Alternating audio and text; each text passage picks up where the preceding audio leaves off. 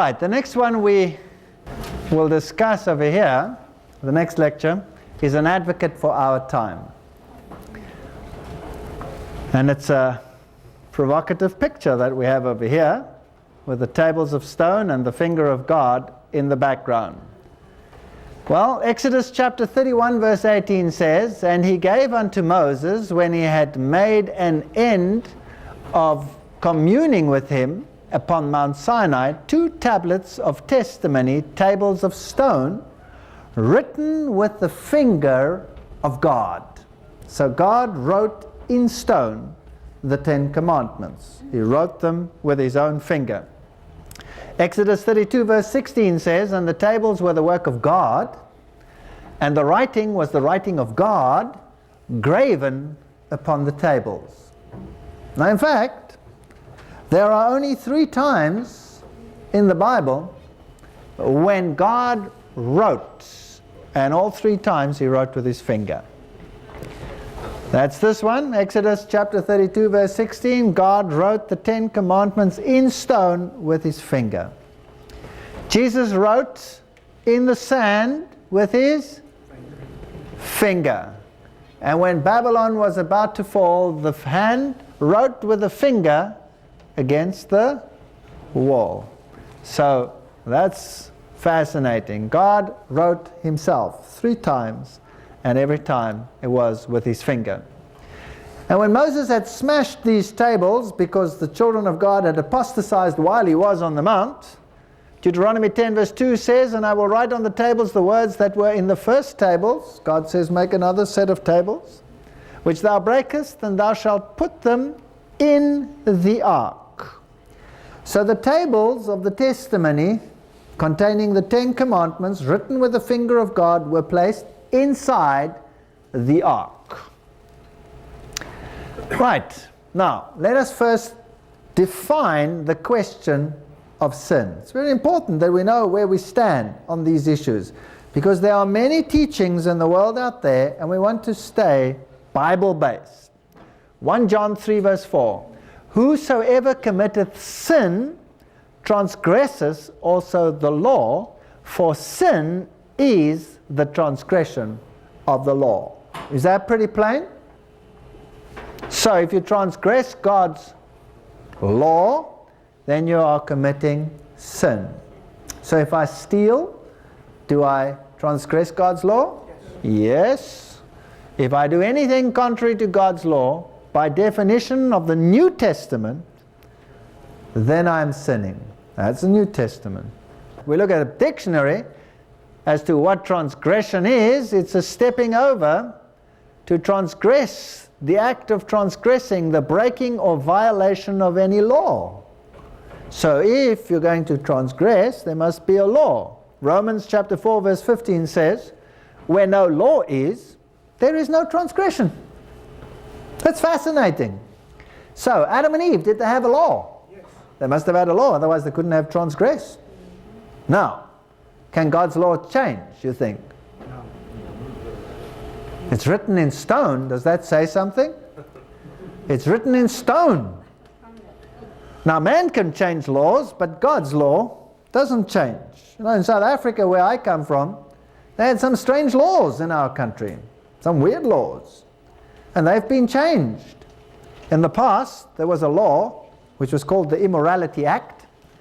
And if a white man was in the company of a black lady, or vice versa, then that was problematic. You could go to jail. Today that law is rescinded, it is no more, and it's no problem. So you see, you can either remove the law to remove the problem, or if the law stands, well then, if you break it, you're a transgressor, right or wrong. Okay, so if there's no law, there can be no transgression. And Romans 6 verse 23 says the wages of sin, which we've just defined by the Bible, is transgression of the law. So we could read it, the wages of transgressing of God's law is death. So this is an important issue. Some people say there is no law, we cannot keep the law. But the Bible clearly teaches that if we transgress God's law, well, the wages are sin or death. Now sin separates from God. Let's read that. Isaiah 59 verse 2. Your iniquities, that's your sins, have separated you from your God. That's important. Some like to turn this definition upside down. I prefer to keep the definition as the Bible says it.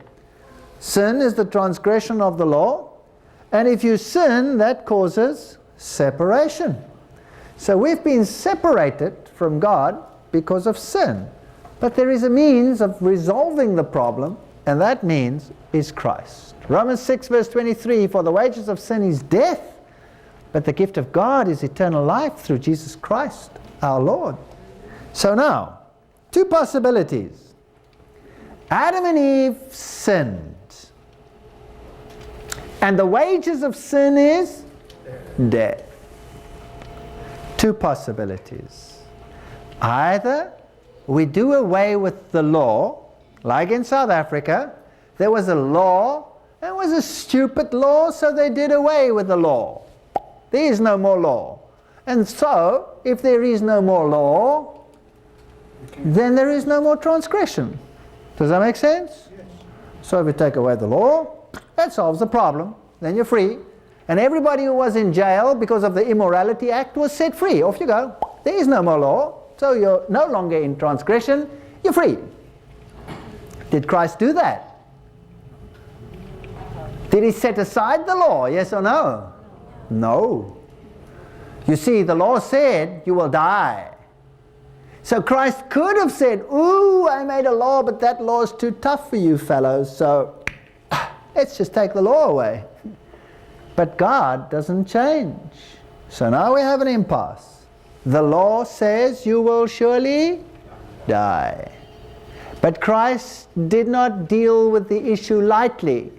Had it been possible for him to take away the law, would it then be necessary to pay the penalty of the law? Yes or no? No. So in other words, the fact that Christ came and died means he paid the penalty, right or wrong? Does the law then still stand? Yes or no? Yes. Absolutely. So some people like to say the cross does away with the law. I would like to tell you the cross is the guarantee that the law stands. Amen.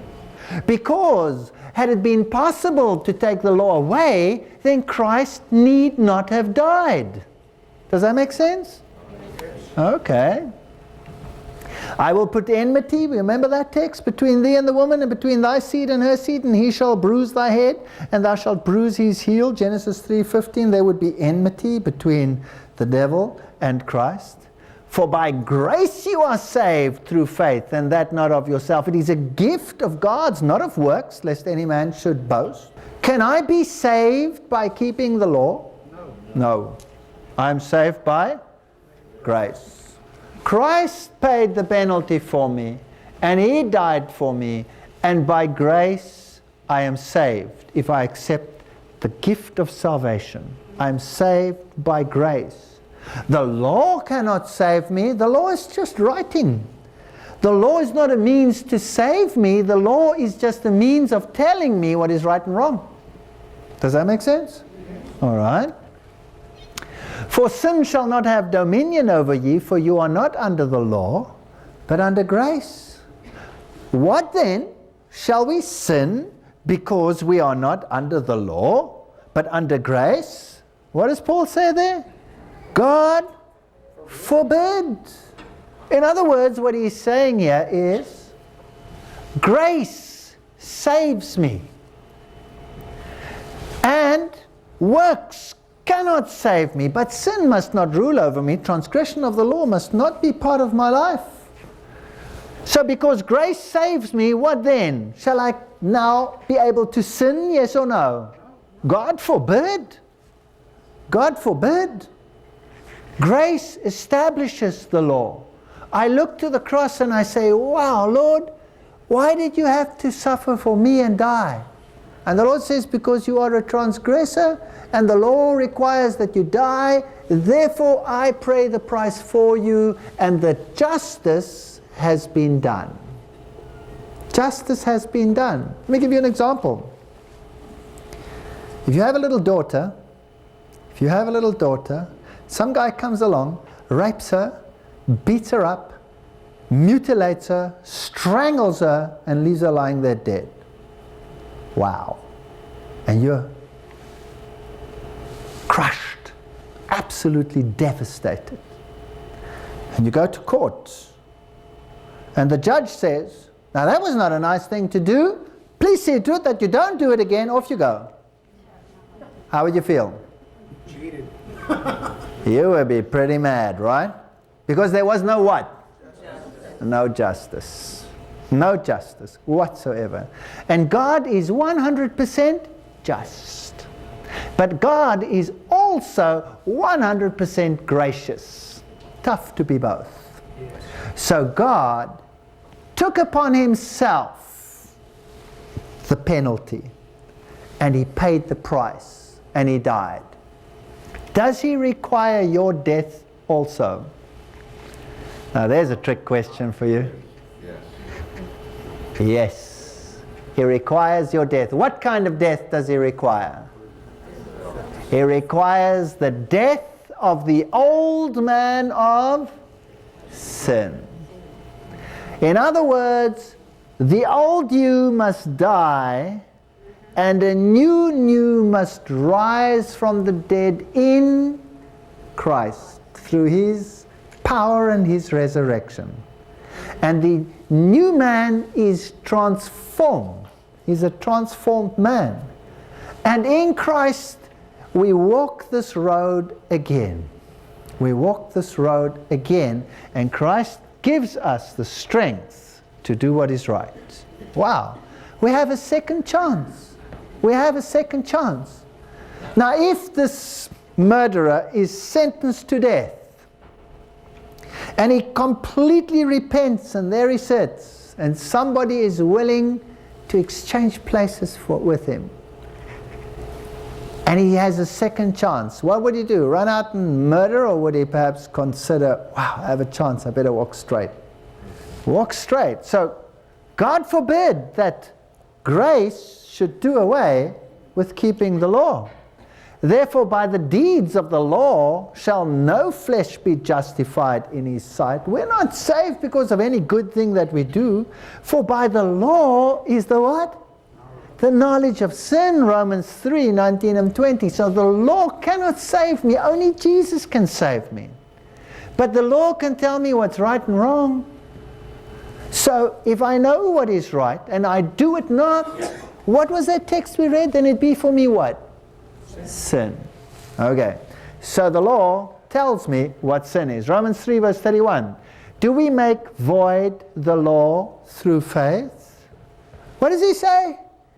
God forbid. Yea, we establish the law. You know, it's amazing how Paul is distorted on this particular point. Because people believe that we are under grace, and keeping the law, that was a Jewish thing. No. The Bible teaches that we are under grace and that works cannot save us.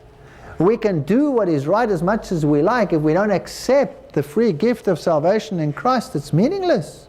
Because only in a person there is salvation, in Jesus Christ. But the law teaches me what is right and wrong, and when I come into harmony with Christ, I will keep his commandments. Jesus says, if you love me, keep my commandments. Wherefore the law is holy, and the commandment holy and just and good. Romans 7 verse 12. So the Bible clearly teaches that the cross does not take away the law, it establishes the law.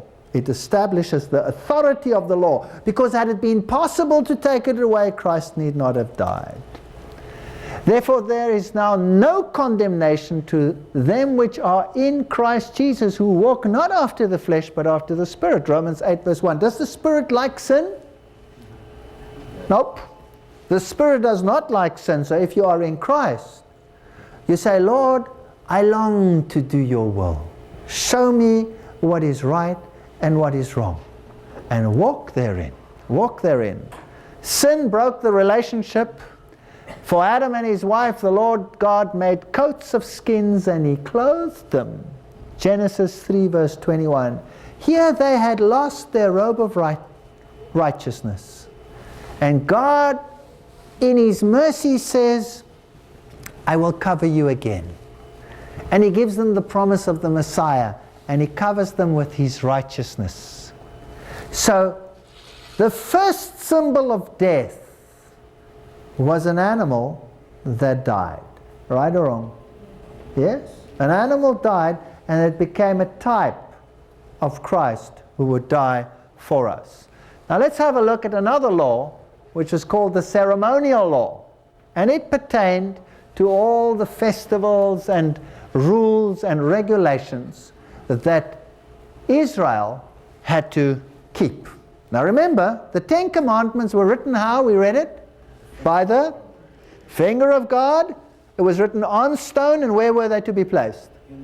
In the ark.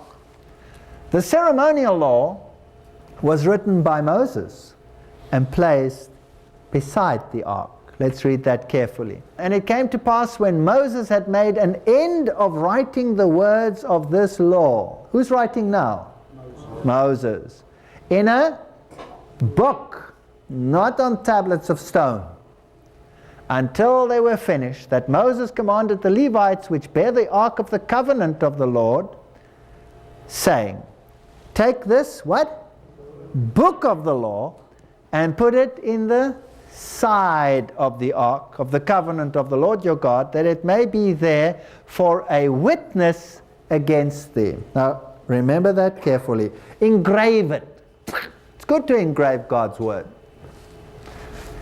What must be there? The book of the law, and it serves as a what against us? A testimony against us. A witness against us.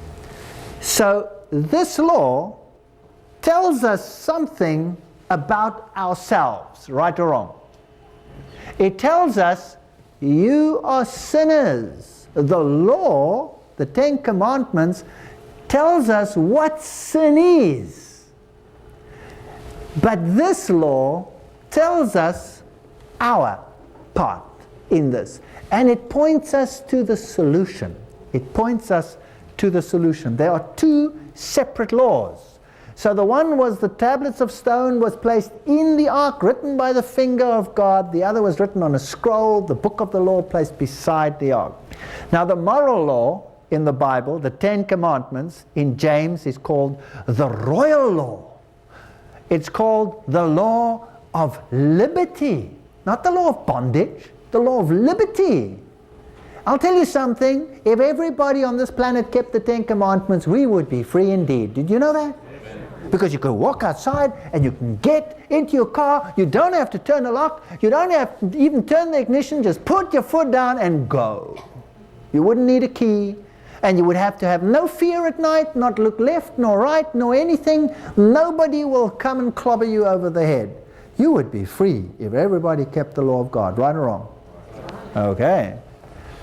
Exodus 31 says it was written with the finger of God on stone. Deuteronomy says it was placed inside the ark. 1 John 3 verse 4 to 8, Romans 4 existed before sin. Didn't it say where there is no law, there's no transgression? Yes. And Adam and Eve transgressed, so there must have been a law, right or wrong? Yes. All right. Romans says the purpose is to reveal what sin is. By the law is the knowledge of sin. Deuteronomy 5:22 and Psalm 19:7 and Romans 7 and many, many others. It is complete, it is perfect, it is holy, it is just, it is good. That's what he said about the law of God. And Psalms 111 verse 7 to 8 says, it shall stand forever. Let's look at the ceremonial law. It's called the law of commandments contained in ordinances. Ephesians 2:15, Hebrews 9 and 10. It was written by Moses. And it was put in a book of the law, Deuteronomy 31. We just read that. It was placed beside the ark, not in the ark, Deuteronomy 31, 24, 26. And it was given after sin. after sin. Galatians 3:19. The law was added because of transgression. So transgression requires a law, so another law was added because of transgression. So we have two laws. The one is the ceremonial, the other one is the moral. And the purpose was to reveal the remedy for sin. Leviticus 6:1, 6-7, John 7 and 29. And Matthew 27:51, it's temporary. It will be done away with. Now, we must know very well what we're dealing with here. We must know these two sides of the story, because in the Bible they talk about the law. And you have to figure out from the context, is it the moral law or is it the ceremonial law? Tricky. And you can get very confused if you don't know exactly what this definition is. You have to know it exactly. So that's what it looked like. There was the moral law. It was inside. And above it was a gold sheet, which was called the mercy seat. Oh, wonderful stuff. I'll come to it just now. And then the book of the law, written by Moses, with all the laws of ceremonies placed inside it. Now, there are 4 Gospels written in the Bible. It's the Gospel of Matthew, Mark, Luke, and John. People say, oh, why is everything being repeated? What's the point? Well, there's lots of points, because each one is slightly different. Matthew talks about Christ the King. Mark talks about Christ the servant. Luke talks about Christ the man. And John talks about Christ the divine. So here you have all the aspects of the Godhood. Now let's take a look at the 5 books of Moses, and let's have a look at those. Genesis is the book of origins, the fall, and the promise of redemption. So Christ is in that. Exodus, Christ our sanctuary, and we'll be dealing with that. Wow, it's beautiful. Leviticus, Christ our sacrifice, the Lamb of God that taketh away the sins of the world. The Lamb stood for who? Stood for Christ. So Leviticus is Christ our sacrifice. Numbers is Christ our guide. And Deuteronomy is Christ our reward. So the first 5 books of the Bible give you the plan of salvation in a nutshell. Tells us about the law, and the ceremonial law tells us about the remedy for sin. And since the remedy lies in a person, all these issues deal with one individual only, and that is Jesus Christ. Genesis chapter 26 verse 5. Fascinating text. Because that Abraham obeyed my voice and kept my charge, my commandments, my statutes, and my laws. Hello? There are people that say that the commandments belong to the Jews. And they were given at Sinai on the 10 commandments on the tablets of stones, right or wrong? Well, what laws and statutes and commandments did Abraham keep? That was before the Jews. Obviously, he kept the commandments of God. So, all right, the commandments were there. They were there from the beginning. But because mankind is so forgetful, they were given in stone again to posterity. And Jesus said, I have kept my Father's commandments and abide in His love. Jesus sets the example. He kept the commandments. Jesus says, think not that I have come to destroy the law. He's referring there to the whole Pentateuch, which is what the first 5 books of the Moses, but they contain the law of 10 commandments. So not one jot or one tittle will be removed. That includes the 10 commandments, all the prophets. Everything that was been said by the prophets, I have not come to destroy, but to fulfill.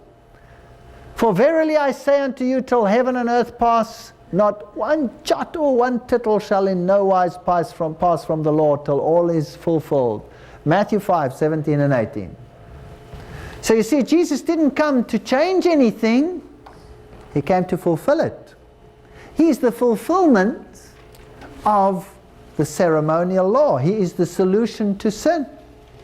And He came because the law of 10 commandments had condemned all of us to death, and He came to do justice, to pay the price. So at the cross, justice and mercy kissed each other. Wow. He says, it is easier, this is Jesus speaking, for heaven and earth to disappear than for the least stroke of the pen to drop out of the law. Luke 16 verse 17. Do you see that the law stands? Yes or no? Okay, so it stands. 1 John 5 verse 3. This is love for God, to obey His commandments. And His commandments are not burdensome. Some people say, I cannot keep God's law. It's impossible. It's impossible. I've had preachers tell me that. Preachers tell me it's impossible to keep God's commandments. We don't have to keep God's commandments. In fact, the commandments have been done away with. I said, preacher, give me your wife. I need her tonight. He said, what do you mean? I said, well, there's no commandment which says thou shalt not commit adultery. No, I didn't mean it like that. And I said, well, how do you mean it then? How do you mean it then? Is it all right if I knock your daughter's block off? Is that okay? No, I didn't mean it like that. So you shouldn't kill? We're going to run through them, you know. They all want them, but they don't want them. Isn't that strange? Either they're there or they're not there. The Lord says His commandments are not burdensome. And being made perfect, He became the author of eternal salvation unto all them that what? Obey Him. Hebrews 5 verse 9. Obedience. If you have a gospel without obedience, you have a half a gospel. It's standing on one leg. It's going to become unstable and it's going to fall. Now let's have a look at this. This should knock your socks off. The law in the New Testament. Matthew 4:10 or Revelation 19:10. Thou shalt worship the Lord thy God, and Him only shalt thou serve. Check it out for yourselves. It's there. It's New Testament. I'm not quoting Old Testament here. 1 John 5:21, Acts 17:29. Little children, keep yourselves from idols. That's the second commandment. 1 Timothy 6:1. That the name of God and His doctrine be not blasphemed. If you look at Mark 2:27-28, Hebrews 4:4, the Sabbath was made for man, not man for the Sabbath. Therefore the Son of Man is Lord also of the Sabbath. Here, honor your father and your mother. Matthew 19:19, Ephesians 6:1-3. Thou shalt not kill. Romans 13:9, James 2:11. Thou shalt not commit adultery. Matthew 19:18. Thou shalt not steal. Romans 13:9, Ephesians 4:20. Thou shalt not bear false witness. Romans 13:9. Thou shalt not covet. Romans 7:7. Is the law there? Yes or no? Yes. In the New Testament, yes or no? Yes. Yes. Does it stand? Yes. Absolutely. Galatians 3:19. Wherefore then serveth the law? It was added because of transgression till the seed should come to whom the promise was made. Who was the seed? We discussed that just now. Jesus. And there was a law that was added because of transgression. Now think, ladies and gentlemen, think. Transgression requires that there be a law, right? So let's read this a little bit differently. Let's say there was a law added because of another law that was transgressed. Is that what it says? All right. Which law was transgressed? The Ten Commandments. Which law was added because of the transgression? Ceremony. The ceremonial law. Aha! Aha! So the solution to the problem was added because of the problem that was created by the transgression of the law. Simple as that. So here we had it from the beginning. This one over here, his name was Cain. He said, I will not obey. I will bring the works of my own hands. There are so many people that say that. You know that? Unbelievable. And Abel said, the Lord says, bring a lamb because the lamb stands for the Messiah who will come, who will die in my stead and shed his blood. And I trust in the merits of the blood of the lamb. He was saved by grace or by works? Grace. So grace did exist in the Old Testament, yes or no? Yes. So how were you saved in the Old Testament? By keeping the law or by grace? Okay, so has anything changed? No. Nope. I am the Lord, I change not, says the Lord. Here is the sanctuary that had to be built. According to precise specifications, there was a white wall of white linen all around it. There was one opening which was called the gate.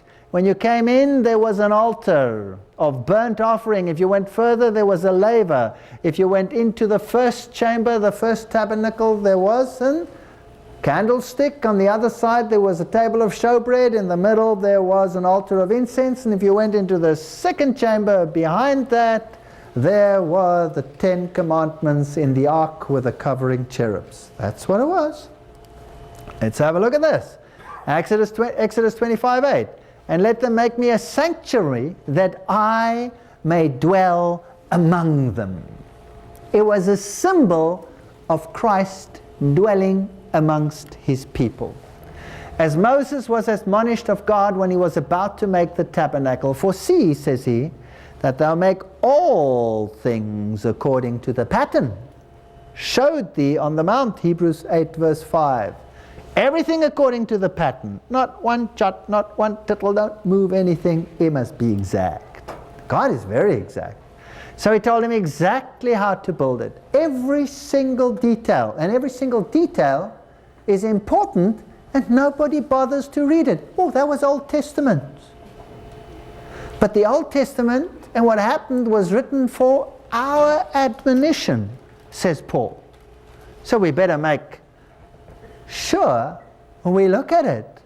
Well, all these pillars, the Lord says this is a copy of a tabernacle, a temple in heaven, and he says those that overcome I will make a pillar in my house. So the pillar stands for the redeemed. Interesting that there was money to be paid for the construction, and everyone had to pay a redemption price. And it was the same for poor and for rich. It was, if I remember correctly, 1/4 shekel of silver. And everyone had to pay it. And Jesus sent his disciple to fetch the redemption money out of the fish of the mouth. Do you remember that? And there was enough to pay for 2 of them. Jesus is even willing to pay the redemption money for you. But that was the symbol, the socket. Everybody has to partake, has to pay, has to give up something. And here was an outer gate, one gate. And this gate had a covering over here which had 4 colors in it. There was purple in it, there was red in it, there was blue in it, and there was white in it. And then there was fine gold thread. Purple is the color of royalty. Red is the color of sacrifice. Blue is the color of obedience. And white is the color of righteousness. Those are the aspects of Christ. And by the way, if you want to have purple, you have to mix red and blue. So sacrifice and obedience makes for royalty. Wow, it is beautiful. Jesus says, I am the door. And nobody comes to the Father except by me. And if you don't enter through this door, he says, you have no part of him. So Jesus is the door. This gate, there was only one. And then there is another one over there. This one was called the gate, that one was called the door, and it had the same material. And then there was another one on the inside which had the same material, the same colors. So Christ is identified with the gate and with the door and the veil between the first and the second chambers. And when you came in over here, the first thing you were confronted with was the altar of burnt offering. What happened there? A sacrifice. And who does that sacrifice represent? Represents Christ. So the white linen around it is the righteousness of Christ. When you enter in through the gate, in other words, you accept salvation in Jesus Christ, you enter in through the gate, and you are surrounded by the righteousness of Christ. Beautiful. It's called justification. And you stand before the altar of burnt offering, and there is a lamb.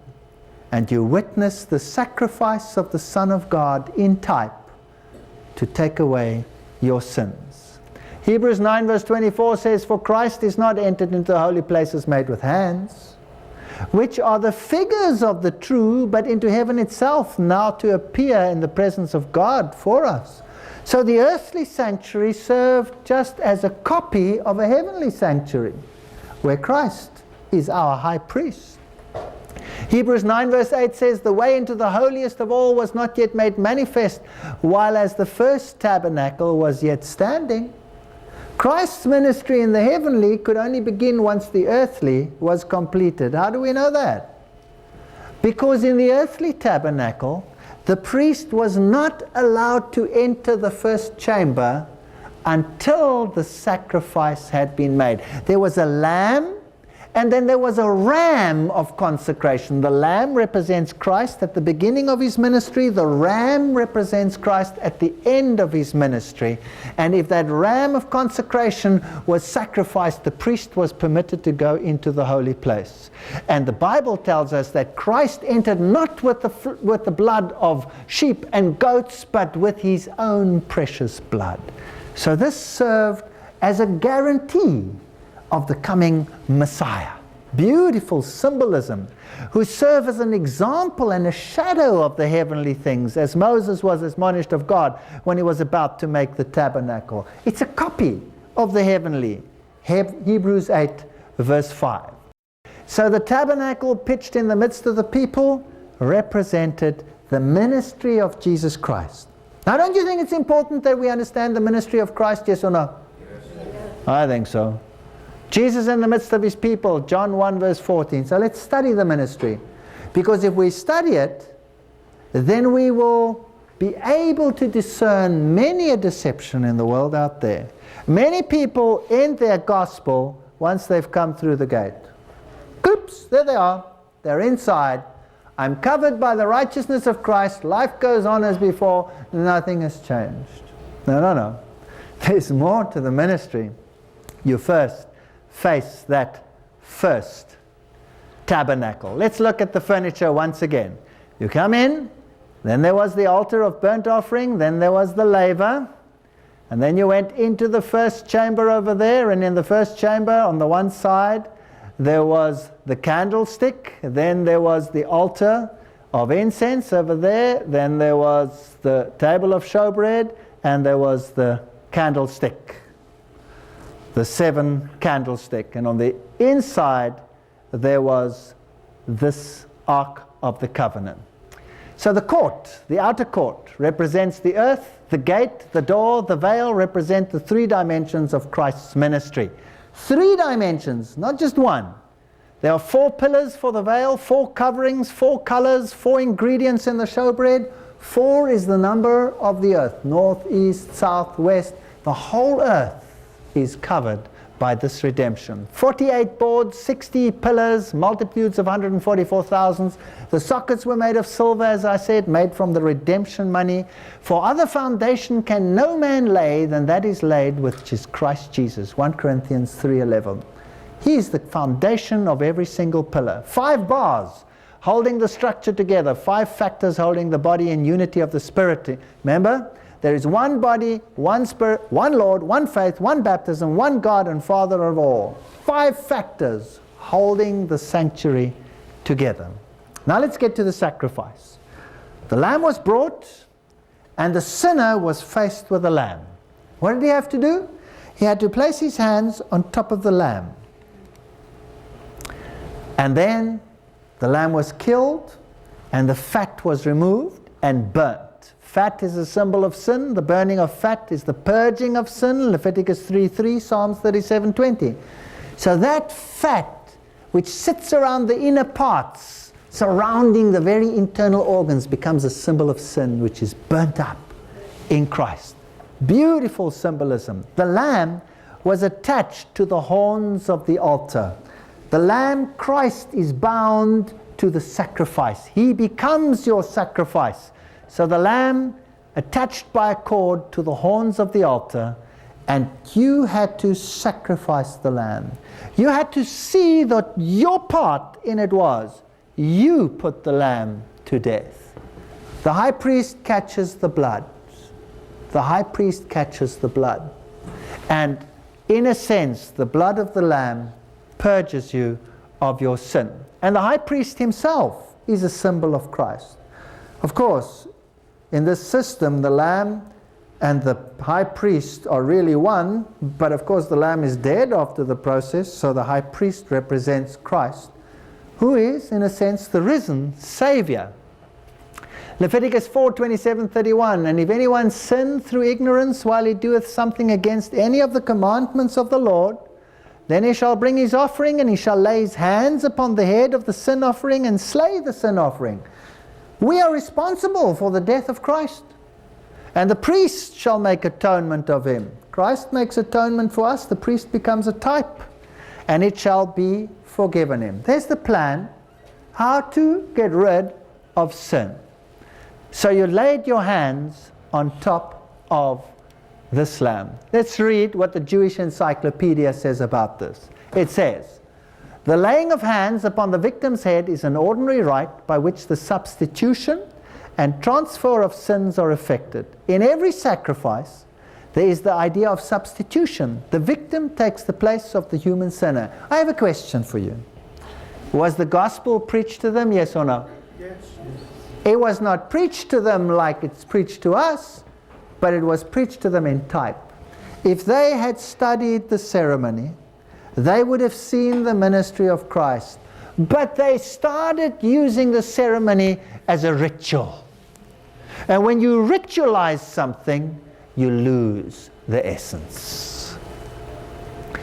So the high priest, the lamb, the blood, everything points to Jesus Christ, who is the Lamb of God that taketh away the sins of the world. John 1 verse 29.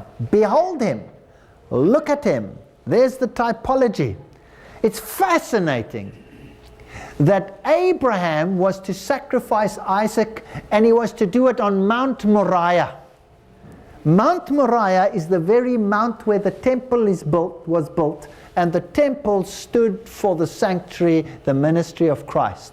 When they quarried Mount Moriah, Solomon had the quarry made in Mount Moriah, and they dug out the blocks of stone. And that created a valley between two hills. And the one hill was called Golgotha. Fascinating that Mount Moriah was one hill, and that Jesus Christ died on Mount Moriah. Wow. He died on the same mount, symbolizing the death of the Lamb. My little children, these things I write unto you, that you sin not, and if any man sin, we have an advocate with the Father, Jesus Christ the righteous. So is Christ dead now that he died? Or is he resurrected and is an advocate for us? So is Christ's work finished at the cross, or is he doing still something? He's still doing something. Oh yes, the price for sin has been paid in the full. But the work of Christ is not finished. Otherwise, it should have come to an end then. Christ is the advocate. We can still find salvation in him. He was wounded for our transgression, he was bruised for our iniquities, the chastisement of our peace was upon him, and with his stripes we are healed. If we confess our sins, he is faithful and just to forgive us our sins. So must we confess, yes or no? Absolutely. And to cleanse us from all unrighteousness. Do you know that there are preachers who say that there is nothing more wicked than we can do than to talk about the sinful nature of man? I have news for you. If we don't talk about sin, then we don't need a solution. You might as well go without Christ, right or wrong? Okay. So all of these symbols stood for the high priest. Now here's the laver. The laver came after the sacrifice. Many religious systems come in, they want to accept the righteousness of Christ, they come into the door, they accept the vicarious sacrifice of the cross, and then they say, thanks a lot, now I'm saved. But there's a washing to be done, yes or no? Yes. A cleansing of rebirth. A change must take place in the character. Something must happen. So the laver represents the washing by water. There it was, and you washed at the laver. The priest did it as a symbol. For there was a tabernacle made, the first wherein was the candlestick, and then there was the first chamber. And the table and the showbread, which was called the sanctuary, and the high priest went into that daily, not without blood. Now this is what happened. Imagine this. The sinner brings the lamb is slaughtered, and the entrails are burnt, and the carcass is eventually burnt without the city, outside the city.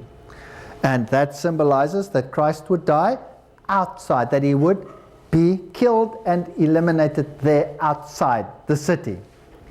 Then the high priest would cook a portion, a tiny ceremonial portion, and the writings tell us that it was about the size of a pea. He would eat it. And in type, the confessed sins to the lamb were transferred to the high priest. Now he, in type, carries your sin like Christ bears our sins. Now the high priest did a sacrifice for himself, plus all the confessed sins that he had taken upon himself, and he took that blood and he brought it into the sanctuary daily. And he put it on the horns of the altar. So in type, our sins have been removed and placed on record in the sanctuary. And he keeps the light burning. The light stands for Jesus Christ, the light of the world.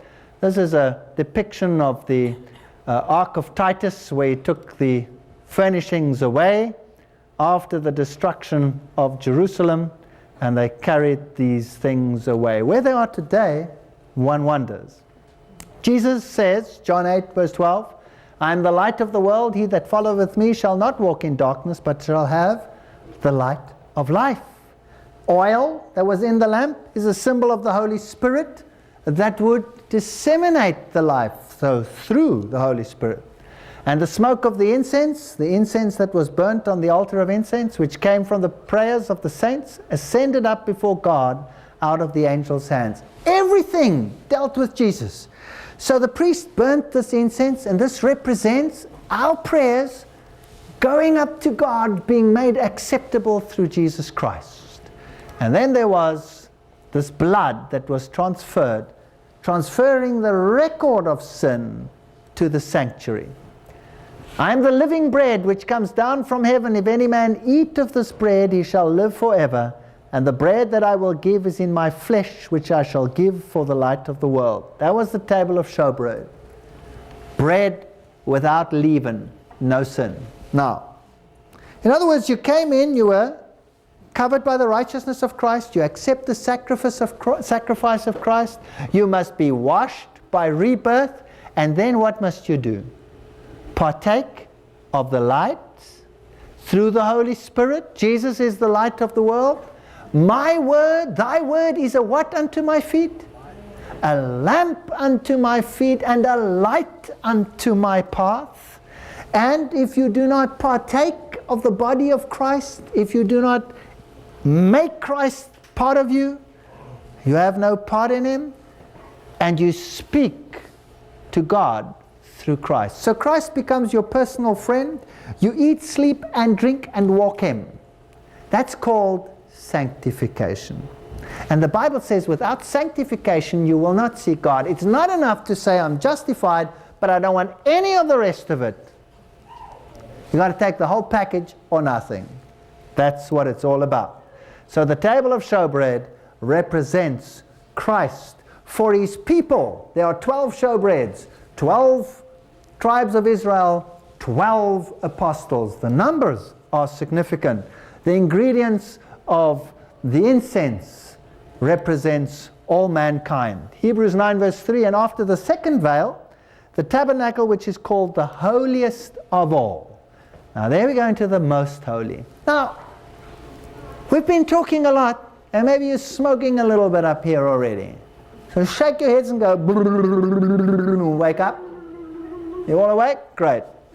Because now we're going to do something really exciting. We're going to look at that second tabernacle. They say my hair's all untidy. Who cares? Anyway. The first tabernacle represents your daily commitment to Christ. Partaking of the Word, partaking of the life, living a life in Christ. But it also contains the record of all confessed sins. Is that understood by everyone? because the blood was transferred to the horns of the altar. Is that right? So it contains the records of all the sins. Let me tell you some good news. Blessed are you if the record of your sin is transferred and recorded in the sanctuary. Blessed are you. It's not bad news, it's good news. Because those sins that are recorded there are forgiven sins. Did you know that? All the sins that you have confessed over the Lamb and that have been transferred to the high priest and have been recorded in the heavens are your confessed sins. So one day, when the record of heaven is to be purged and cleansed from sin, they will open the books and they will say, here is the record of Walter Fight's sin. And they will read a list so long it will stretch 50,000 times around the globe. Hopefully. And the devil will come and he will be the accuser of the brethren, right or wrong. And he will say, I know that I made that guy do this. And they look up the record and they say, yep, here it is. It says pardon. Anything else? But I know that he did that. Let's check it out. Yep, here it is. It says pardon. And if he can mention one that's not on the list, you're in trouble. So, get your sins into the sanctuary. Confess and forsake. And you will be safe. The judgment is good news if your sins are recorded in the sanctuary. Now, in heaven, one day, I have good news for you. Christ's redemption is so complete that you will stand before God not as forgiven sinners, but as individuals that are as though they have never sinned. How far will God remove your sins from you? As far as the east is from the west. That's infinitely far. There's no way they'll ever get back to you. You will stand before God as though you have never sinned. You will have a perfect right to heaven one day if your record of sin is recorded over there. It's the most beautiful doctrine in the world. The most beautiful doctrine in the world. There's nothing to fear if you have confessed your sins and forsaken them. Remember Mary Magdalene? Do you remember her? When she was accused, Jesus said to her, I don't condemn you either. Is that right? That's grace. That's called grace. And then he says, go and sin no more. What's that? Putting her under law. So, law and grace go together. So now, the record of sin is there. And now, once a year, the record of sin was cleansed. And for that purpose, the priest had to go into the most holy. What an ominous situation. He had little bells around him. Pomegranates and bells, pomegranates and bells, pomegranates and bells. And the bells would ring. And they used to tie a string to his leg. Because if he went into the presence of a holy God with sin, he would die instantly. And they would pull him out from under the veil, dead.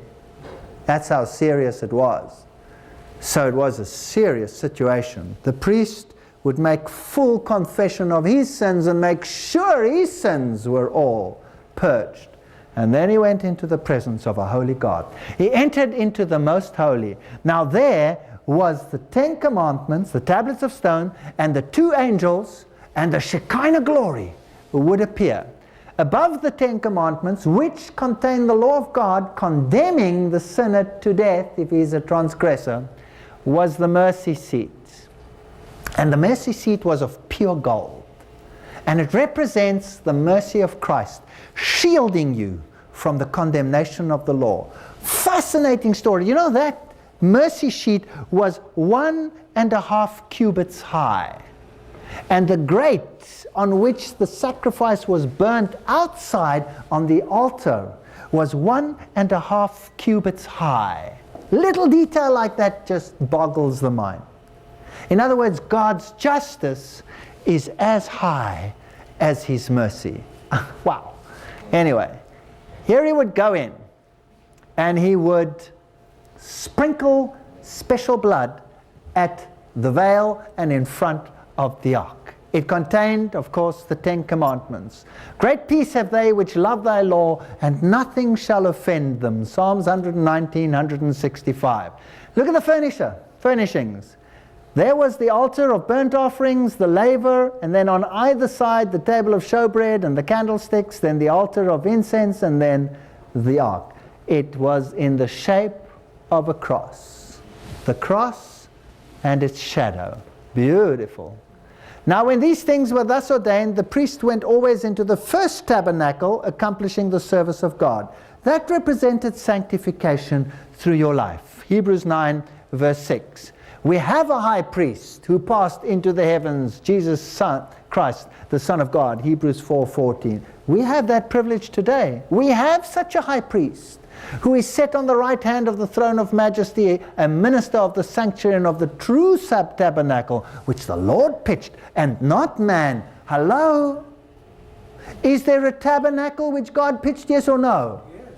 Well, either the scriptures are there to admonish us and to give us the truth, or they are not. It says there is one, so I believe there is one, because that's what it says. But Christ, being come a high priest by His own blood, He entered once into the holy place, having ordained eternal redemption for us. Hebrews 9, 11, 12. Christ is that high priest. The veil of the temple was rent in twain from top to bottom. The earthly sacrifice came to an end. The ceremonial law was done away with. Why? Because it was fulfilled in Christ. If I now take a lamb and I sacrifice it today for my sins, what am I saying? I've said this before. That Jesus' sacrifice was not good enough. Now the Jews want to build a new temple and institute the sacrificial system, yes or no? Yes. I want to tell you that's blasphemy.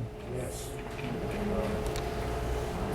And their sins and iniquities will remember no more. Now where remission of these is, there is no more offering for sin. Having therefore, brethren, boldness to enter into the holiest by the blood of Jesus, by a new and living way. We have a new covenant with Christ. It's the same as the old, but it's been fulfilled in Christ. And I now look to Jesus. I don't have to look at lambs and goats. I look at Jesus. So the temple really has been done away with and should remain done away with. Time for a new temple? They say so. I don't think so.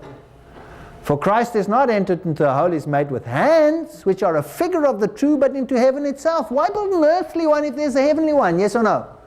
Doesn't make much sense. All right, so let's have a look at this interesting service. So Christ was once offered to bear the sins of many, and He shall appear a second time without sin unto salvation. Wherefore He is able to save to the uttermost those that come unto Him. Everything the high priest wore, all the clothing stood for Christ. The inner garment, the white one, the righteousness of Christ, the outer one, then the ephod, all these symbols, the colors, tying Him to the door and the gate and the veil. Every single stone, the 12 stones, the 12 tribes of Israel, everything refers to the tabernacle, even the roof of the tabernacle. Outside was an outer covering, which was made of badger skins, representing Christ's humanity, and then you have the colors that are associated with the door. So the badger skin, Christ veiled His divinity with humanity. Christ the Savior. Skins of rams dyed red. Christ the sacrifice.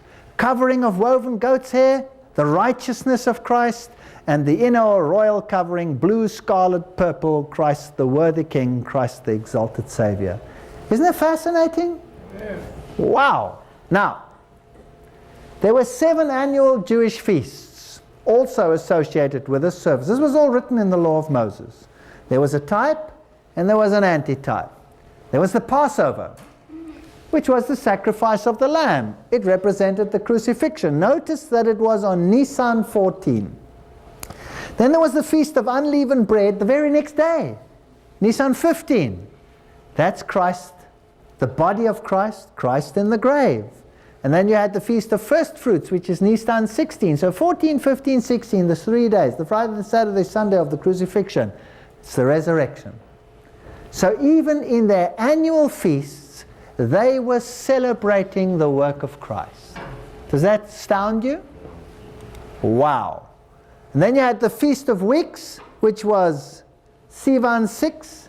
That was 50 days thereafter. That was Pentecost.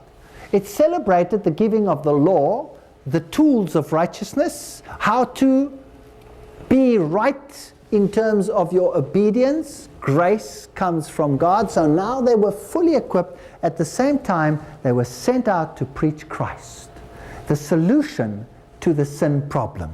The law defines the sin problem. Christ is the solution to the sin problem.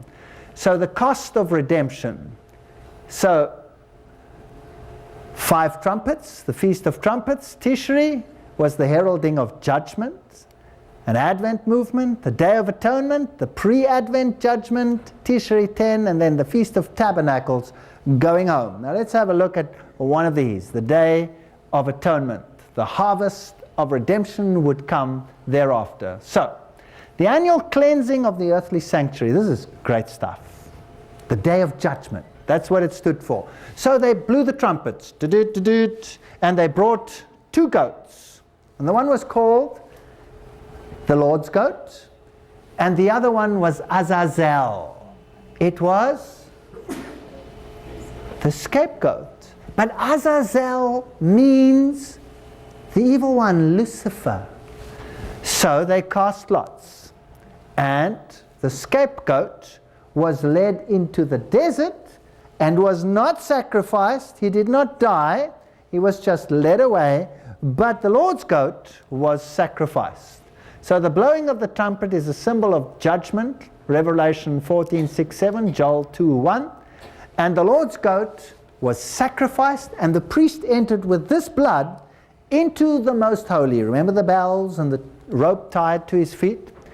And Hebrews says, into the second chamber, that's the most holy, went the high priest alone once every year, not without blood. Leviticus 16:19. He shall sprinkle the blood 7 times and cleanse it. So this cleansed the sanctuary and hallow it from the uncleanness of the children of Israel. Remember, all the recorded sins were there. And all of these had to now be cleansed from the sanctuary. And he shall make atonement for the holy place, that's the first tabernacle, because of the uncleanness of the children of Israel and because of their transgressions in all their sins.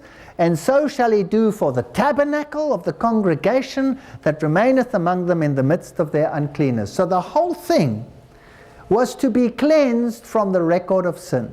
Unbelievable. So the high priest took in the ceremony all the sins that had been confessed for that entire year upon himself, and he came out and he placed his hands on the scapegoat and he pushed his hands on it and transferred the record of sin.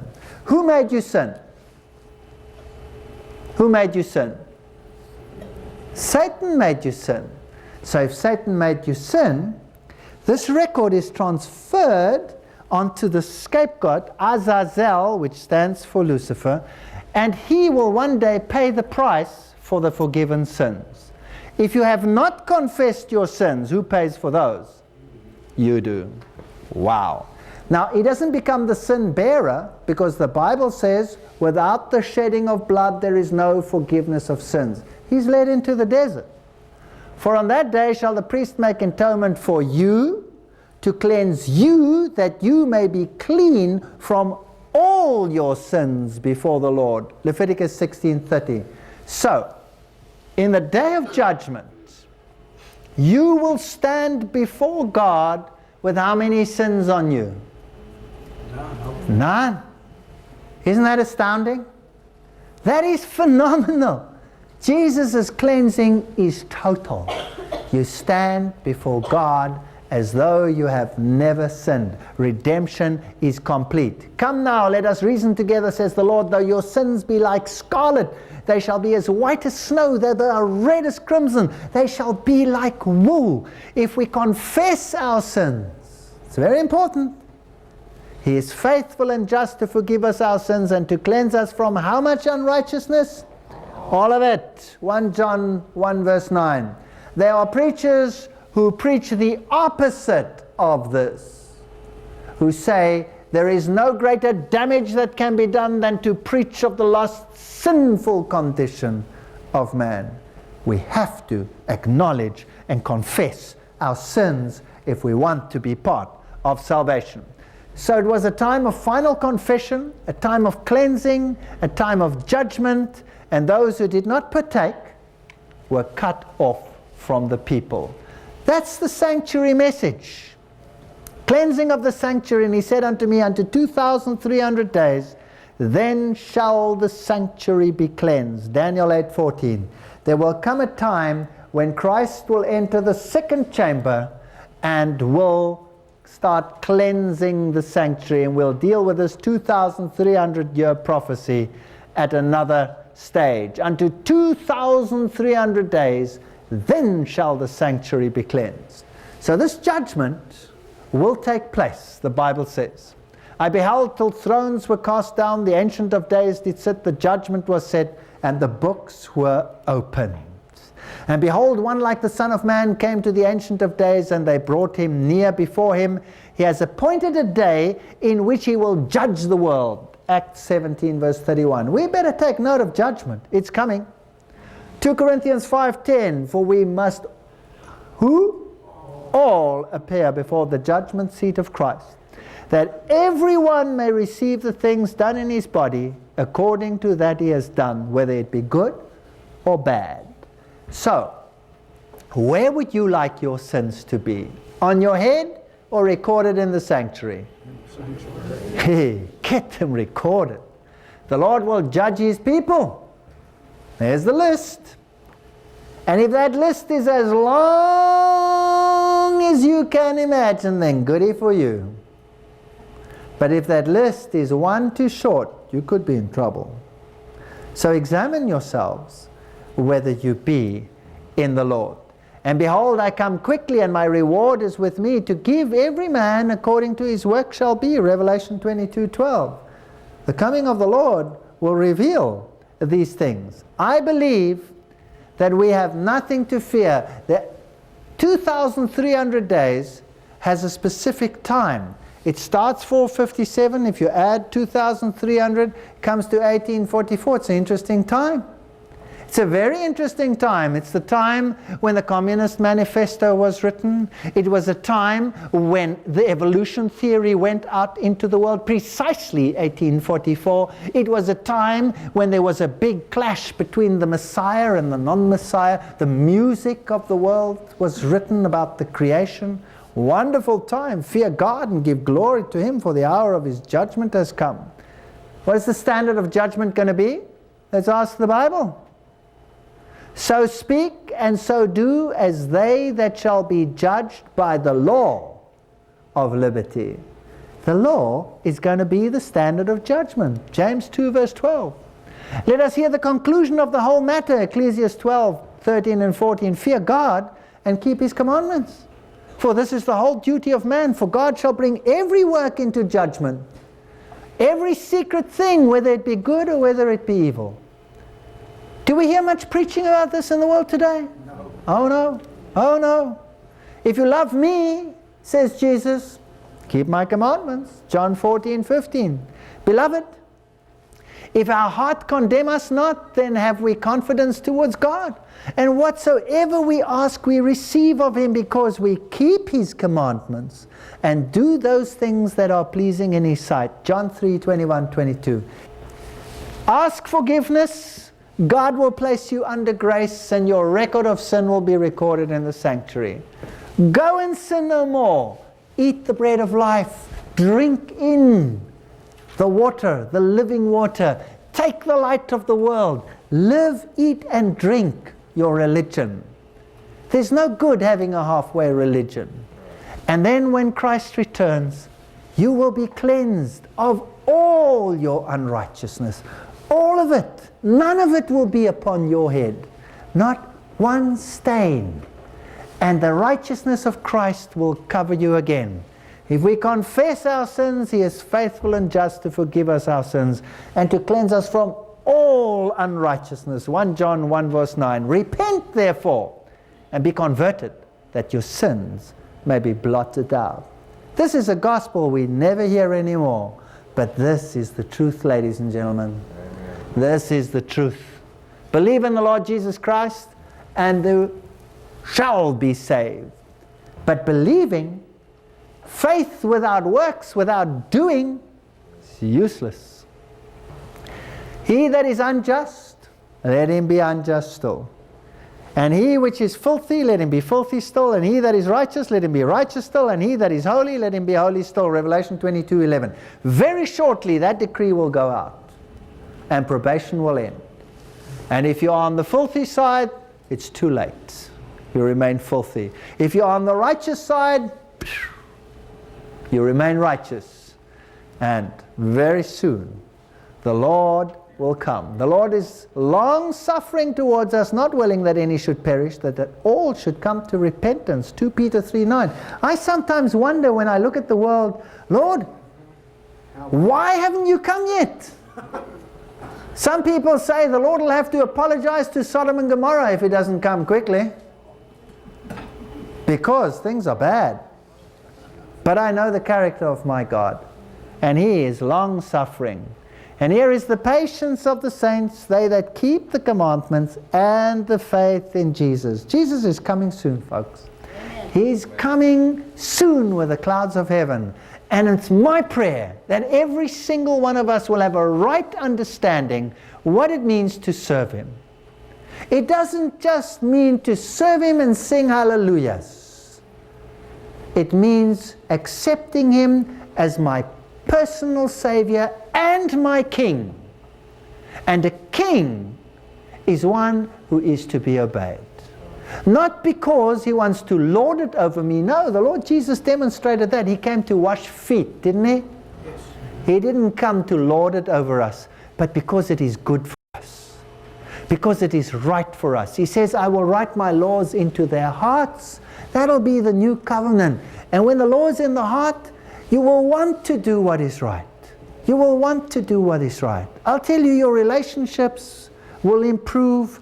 Your love for each other will improve. Your whole mindset will improve if we come back into obedience and an obedience relationship with God. And there's nothing to fear of the judgment if you have confessed your sins. Nothing. And the longer the list of sins, as I have said, that is recorded in the heavens, the better. Because it means they're all there. And forsake them and give them up. That's my prayer for you. Tomorrow, we start looking at the other side of the coin. I have now done what I possibly can to show you what the biblical criteria for salvation and a relationship with Christ, what they entail. Tomorrow we will look at the counterfeit. We will identify the Antichrist by name. And I know that some might get hurt, but if you're angry with me, be angry with me, but not with the word. You can throw a tomato at me, but come back and eat more of the word. And let's see if we can get through this together. Thank you for coming.